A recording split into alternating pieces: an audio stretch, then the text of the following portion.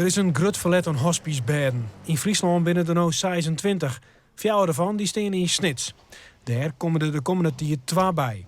Wij proberen wel de kwaliteit, de aandacht, de warmte voor onze gasten en hun naasten te behouden met die uitbreiding. En er is op dit moment veel doorloop met overlijdens, nieuwe opnames.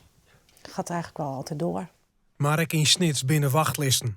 Mensen in hun laatste levensfase die horen eigenlijk niet te moeten wachten op een mooi plekje om hun laatste stukje goed af te kunnen ronden. Aan de andere kant zien we gelukkig ook dat er rondom hospicezorg in de thuissituatie gelukkig heel veel kan.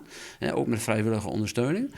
Maar ja, in sommige situaties lukt het ook gewoon niet. En je ziet in de maatschappij waarin mensen toch wat meer op zichzelf aangewezen zijn, het netwerk wat minder is. Ja, dan heel vaak toch de keuze maken om voor zo'n voorziening te kiezen. Bij Mekkema staat in Kolm komen er nou ook 3 de high-care bedden.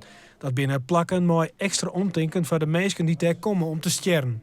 We zien eigenlijk dat er gewoon geen echt high-care hospice in deze regio is. Er zijn wel wat palliatieve bedden, maar er is niet een plek waar mensen hier kunnen komen voor de laatste levensfase. En dat is zo belangrijk, want je kunt zoveel nog bieden op het laatste moment voor mensen. Dat is echt gemis. Ja, zeker.